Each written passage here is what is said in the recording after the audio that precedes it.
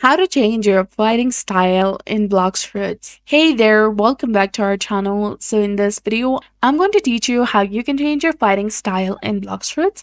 It's a pretty easy process, so pay attention.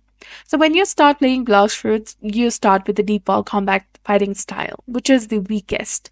It only gives you access to moves like quick dash and ground smash, which don't do much damage. They're weak, and you should definitely change your fighting style before leaving the first sea.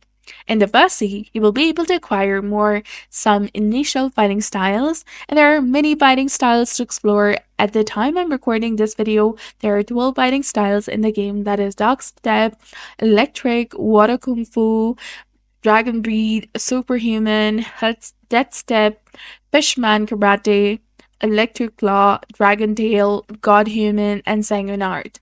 You will be able to get these fighting styles in a few different ways, and generally the ones in the green are obtained in the first sea, the ones in the blue in the second sea, and the ones in the red in the third sea. After you acquire a fighting style, you can start using it immediately. It will replace the combat fighting style, which you can't acquire again, and you can use all of its moves with mastery.